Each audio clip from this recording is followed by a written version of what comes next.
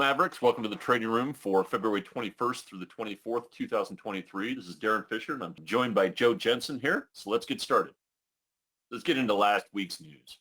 Now, the markets are getting mixed signals right here. And we can see the PPI came in hot. Okay, not boiling hot, but it did come in more than what was expected. 0.5 versus 0.3. The CPI, a little bit hot as well. But the Philly Fed had a massive miss, but the Empire Manufacturing did not. So we've got all these mixed signals right there that we don't have a clear picture.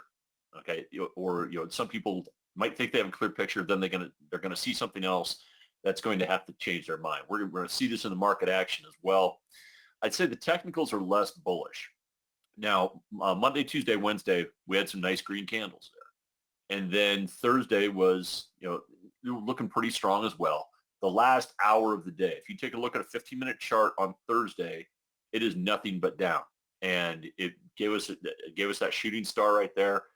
Pretty good loss as well. Here's the other thing: we gapped down on Friday, but we were able to make back most of that gap. There's still a gap in between Thursday and Friday, but we did take out a pretty good chunk of it. So I think this is what the thesis is.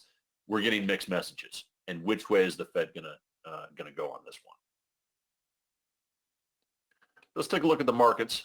So the Dow, it was largely a flat week despite all the market action. The Dow was down 0.14, the S&P was down 0.19, NASDAQ actually was up 0.5%. Russell 2000 came in there and posted some good numbers, up about 1.5. Oil was down almost 4, and gold was down just a little over 1. So let's take a look at the S&P right here. And you can see exactly what I was just talking about here. We had some decent candles. Looked like we were going to go up and touch that previous swing high. Then Thursday rolled around and brought us back down into that support band between about 408 and 410. And now you can see we gapped down probably to about 406. Got all the way down to nearly let's see, for the low 404 was the low. But we closed, so that's a pretty decent sized range. You can see we get a medium-sized lower shadow up there, so we did see some buying pressure, but we still have a very tiny gap between Thursday's action. But that also brought us below the 20-period moving average. Now we're taking a look at the NASDAQ as well. A little bit more action in there. We still have that shooting star on Thursday, much more of a gap down to Friday, but we're stayed above the 20-period moving average. So we're seeing similar but subtly different action between the S&P and the NASDAQ. You take a look at the VIX, and you see we had that spike, but largely it was just a one-day spike on Thursday, and we were in a range between 22 and 21 on Friday and closed at 21.20. So the fear gauge that is the VIX really started, you don't see much of a pop. So there's a lot of complacency in this market right there, and we'll see which way it goes. Joe, what's your take on the markets? Well, thanks, Darren. I absolutely agree. There's a lot of stuff going on with these markets that just don't make a lot of sense when it comes to some of the things we've seen in the economic numbers. Now, overall, things aren't completely bad, but they aren't as rosy as I believe that these markets have been painting their picture. Now, the volatility itself, you can see that we had this little bit of a spike, and I thought for sure that we were on our way up, especially after Thursday's action, and considering some of the news events that we saw in the CPI carrying into the PPI and unemployment number being under 200K. But then I did a little bit more research and realized that we had one of the largest January retail investor surges that we've seen in a long time, over 1.5 billion a day. And a lot of this was going back into those meme stocks. So there is a big surge at the beginning of the year of the retail investor. And what Darren and I have been discussing before we started this class was until that stops, I imagine that we're going to get a little bit of a stubborn bullish action. And so I'm just going to be anxious to see what goes on into next week, especially in light of the holiday. Let me jump over to this next slide here for us, because it's going to be a shortened week. But what you can see here is that we do have some pretty news-heavy events. We've got a flash PMI, the G20 meeting is coming out, the core PCE price index. These are a lot of things that the Fed will follow. What I'm looking forward to is just to see when we get a bearish presence, if we get a bearish presence or a push to the downside, if these bulls can stay as resilient as we've seen them being since the beginning of the year. We do have the holiday and President's Day. That's going to shorten things up. Here is a little bit more of a zoom in when it comes to what we're expecting next week. Let's highlight these because we know that that PCE number is one that the Fed actually really focuses on as of late. So we'll see. Now the G20 meeting is also going to be coming up there on Thursday. It's day 2. We've got day 1, day 2, and day 3. This is usually, I imagine, towards the end of Friday when they talk about, okay, what they've decided. But the Fed's actually pretty transparent in bringing up what they're talking about as they go. So I do believe that these Fed minutes are going to really give us a little bit more insight on that. Now, that's kind of what I'm looking for into the next week, Darren, and thank you for giving me this platform because I wanted to give you my 2 cents on what I see the markets doing, but also kind of in the projection-wise of what I anticipate them doing and what I'm looking for. So until we get a scare, the VIX, I want to see people run out to go buy more put contracts. Now, we did have the February expiration yesterday, or today, I should say, and we didn't see that flight back into March. But we have a pretty complacent market here in the short term, and that's kind of what I'm looking at, Darren. Why don't you take us through our outlook? Yeah, so I think we are not quite finished with this pullback. I think the pressure is going to be, I think, to the downside, at least initially. And you take a look at next week's events. If if we've been sitting around at the bar with a drink in each hand and you say, what do you think your effect is on any single one of those? I've said, not worried about it, not worried about it, not worried about it.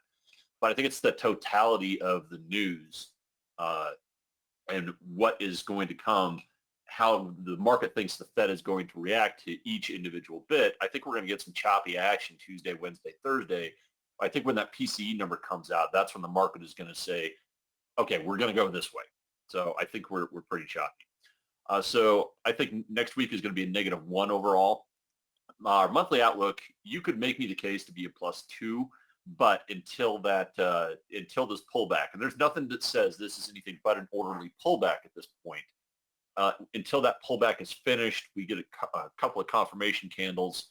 I think we have to moderate, a +2 down to a +1. Let's take a look at some sectors right here. Now, this is going to be pretty interesting because up to this week, we started to see some real outperformance and underperformance in different markets. And you're going to see, I mean, other than energy was down 6.34%. It's because oil was down 5% itself. But we didn't really have a whole lot of meaningful movement. You can see we're stuck in this band between +1 and -1 for pretty much the other sector. Take a look at them individually here. Over to utilities, I was at a -2 last week. I'm at a -1 right now. You can see we came back up. Utilities, had a decent week. We're back. We're trying to reconquer that 20-period moving average right there, and just some grinding sideways to slightly up movement right there. I mean, there's nothing in there that I want to be extremely bullish on, but I think you can take a look at some sideways some sideways trades as well. Going here, communication services, that got downgraded. It was a +2. We're now at a +1. It just came down and crossed below its 20-period moving average. Not a lot of extreme movement though this week. Last week is when we had that pullback to the 20-period moving average, and on Wednesday, Thursday, and Friday of the previous week. And this week we've just kind of been in a band. So it's the market action for communication services just moved, and that 20 period is now just below that 20-period moving average. So we'll see if we can't hold in right here and regain it.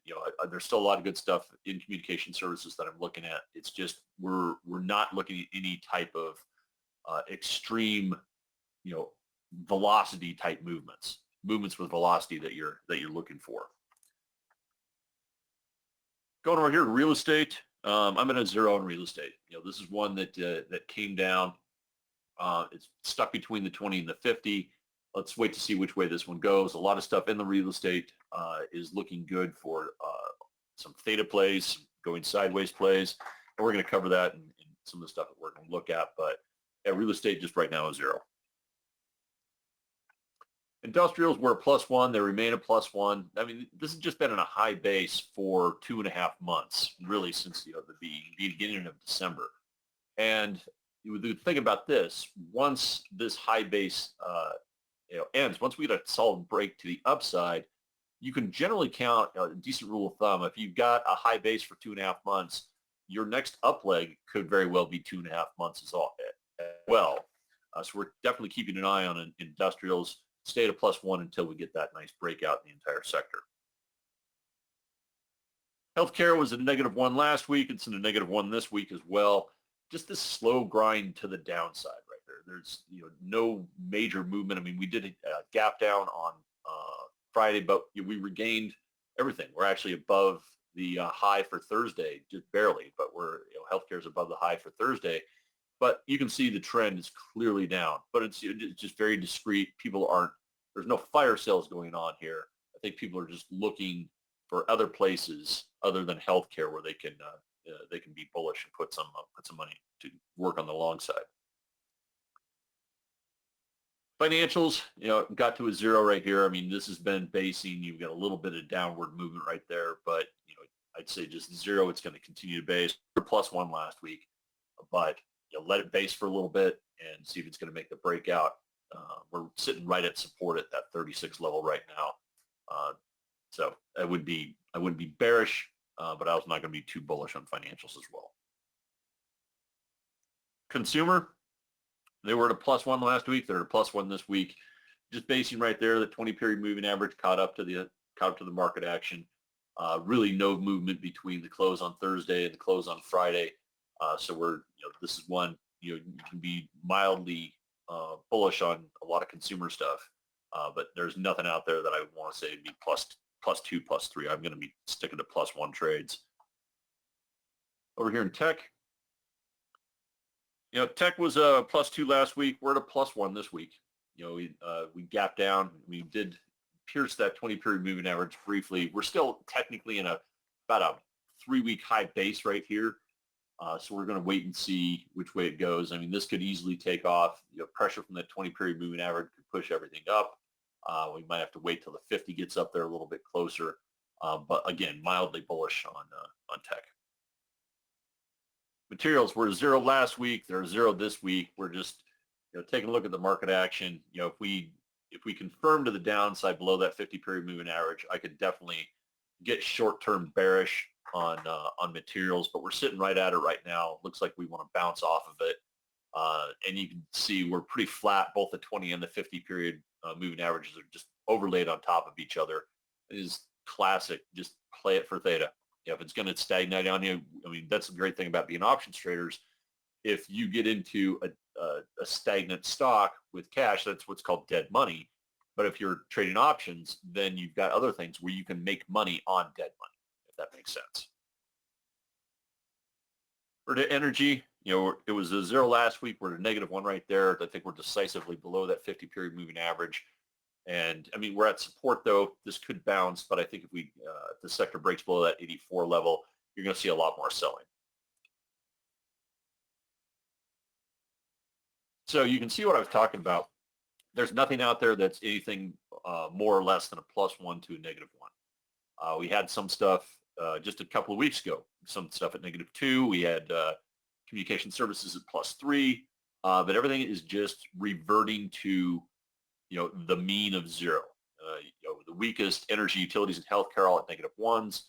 True zeros, financials, real estate, and materials, and just mildly bullish on tech, consumer, communication services, and industrials. There just seems to be a lot of contraction that people don't want to go out on any type of limb right here. Let's look at some trades. This is last week's trade, WTRG, and we were short that, but it was had a decent Friday. It was up 1.07%.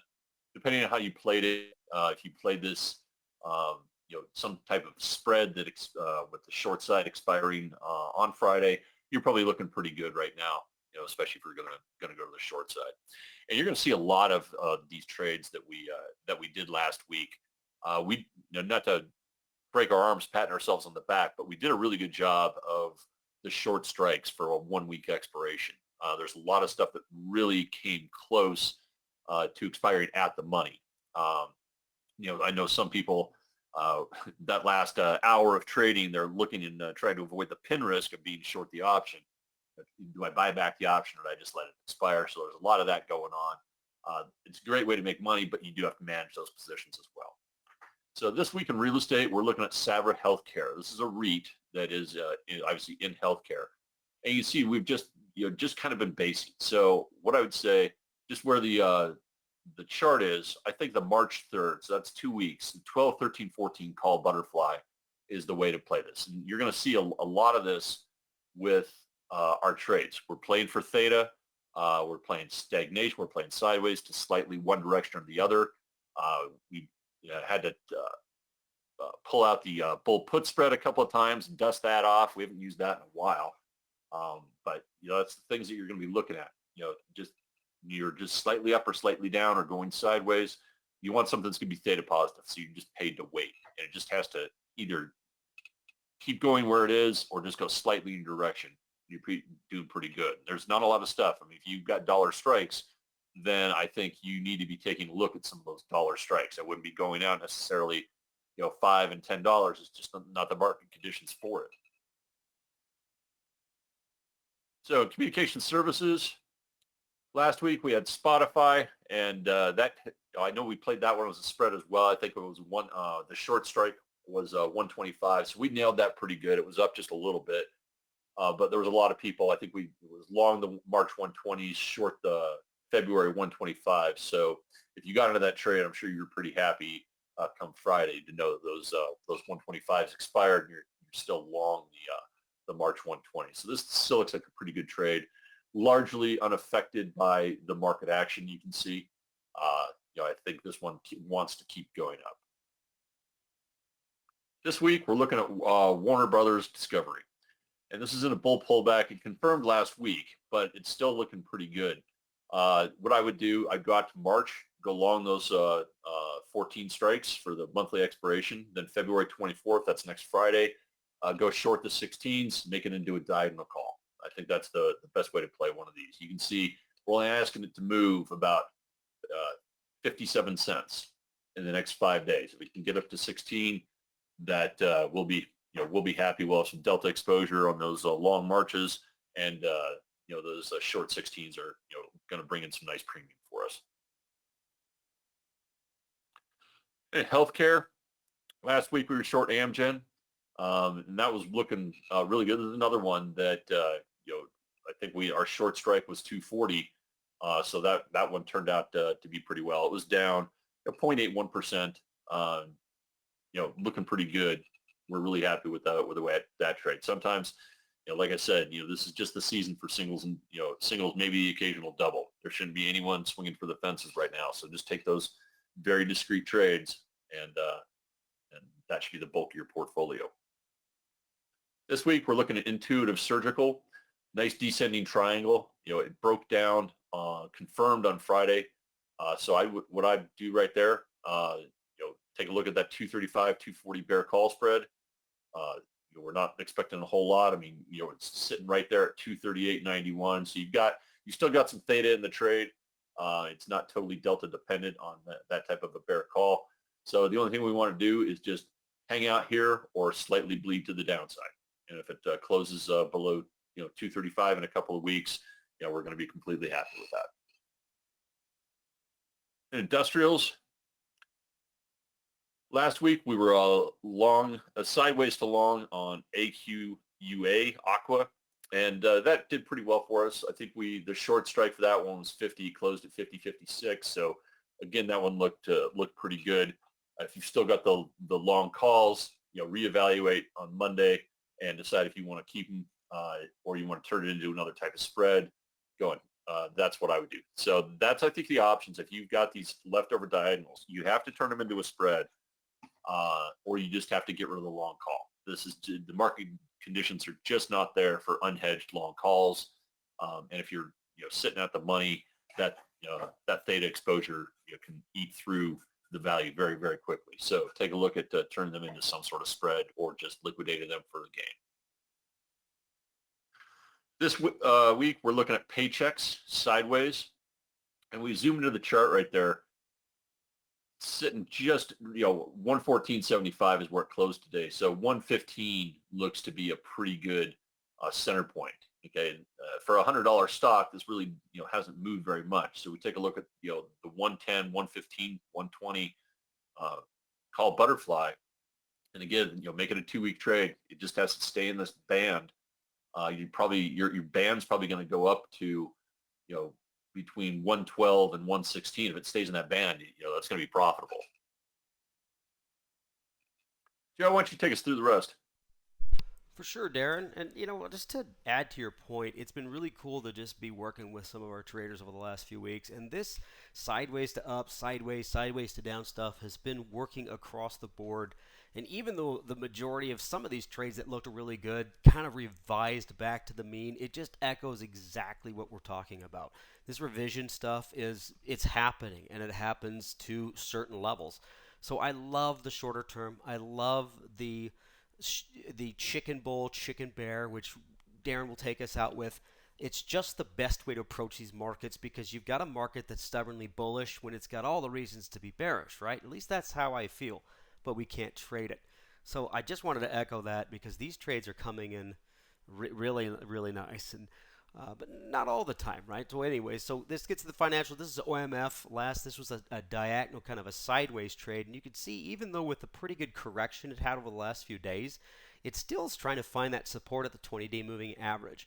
Now our timing might have been off on this. Maybe we got in a little early and it's pulling back. But if we've got the longer term, then this has got a beautiful little pattern going on here that it could work its way back up to 46. And before you know it, well, it's down a little bit right now. I think we're down about $1.96, mostly because of Thursday, could completely come back in the next 1 or 2 trading days. And I have found with my personal trading that I just sit and hold on and just believe in it. And it's usually that last day or so that some of these do come back. So just something to look at. Here's another one here. This is KADE, CADE, excuse me. Possible trade on this is going to be another butterfly target, 27.5, a midpoint. So we're doing a $2.50 butterfly spread on this. It's sitting right where we kind of want it to stay. But hey, we just need this the first week of March. We're not looking to knock this out of the park through May or anything, right? So you've got a good range here between 27 and 28. It might touch 28 come Tuesday, Wednesday. It might hit 27 and go back. But we've just seen this too often, knowing that the risk rewards on a lot of these sideways trades are usually on the favor 2 to 1, 3 to 1, even being in a midpoint shorter term. It's very rare you can't get over 2 to 1, 3 to 1. So run the numbers. If you don't like that, if you don't like the risk reward to it, then don't do it. Gloss over it, or do it longer term or shorter term, or widen it. All sorts of different things you can do with that. That's what we're looking for with that. So let's move over to the consumer side. This is ANF, another one playing this to the upside, and it did. It broke up and it stayed up. It pushed its head above $30 last week, and it looked like it was not going to quite make it. It came back and touched it after Thursday's move. Darren made mention of how bad Thursday was for the markets, which I believe was going to start us falling apart. But take a look at what a day can do. Back up, $31.19 above the 31 mark. And it's moved higher. It looks really, really good. So the vertical spread on that would have worked. The diagonal spread would have worked on that. And if this is something that you're looking forward to in the next week, it's still got potential. Today we're looking at Foot Locker. This has been up and down on my midweek update quite a bit. It's been an outperformer in spite of some of the corrective action that we saw towards the end of the year. This kind of just stayed sideways, and now it looks like it's taken off. Got another 45, 42.5 bull put spread playing the theta game, right? Darren mentioned that, hey, we hadn't pulled the put spreads out of the closet for a while, and now we are because they're starting to work. And sorry, that December 3rd, I imagine that's March 3rd, no big deal. But take a look at it. It's sitting right at the 44 mark. It's right at that 20-day moving average, and imagine this thing can just stay above that and stay sideways, even if it goes back up to 46, you could play this a little bit deeper in the money if you wanted to, or just play something flat from where it's at. Play it above 44. You could diagonalize this thing up to the 46 level. There's 2 or 3 different ways to play it, but I do like the chart, and it looks to be holding in pretty good, at least so far. Let's get into technology. This is RPD. This one's down slightly. This was a diagonal spread, and it just missed timing.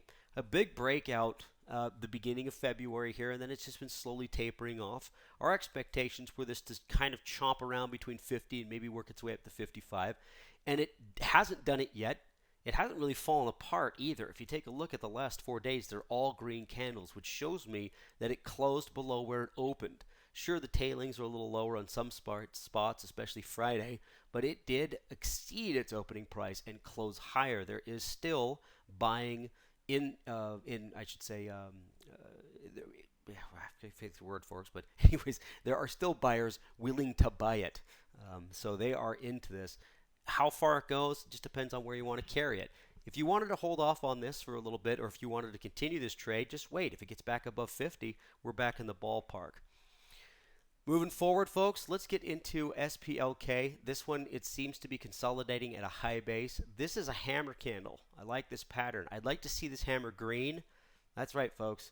Potato, potato. I like to see my hammers green if I'm going to play them to the upside. It truly doesn't make a difference because the confirmation is a trade above the previous day's higher, in this case the hammer's high, which is the same spot whether this hammer is green or red, right? It's got to be above that top line.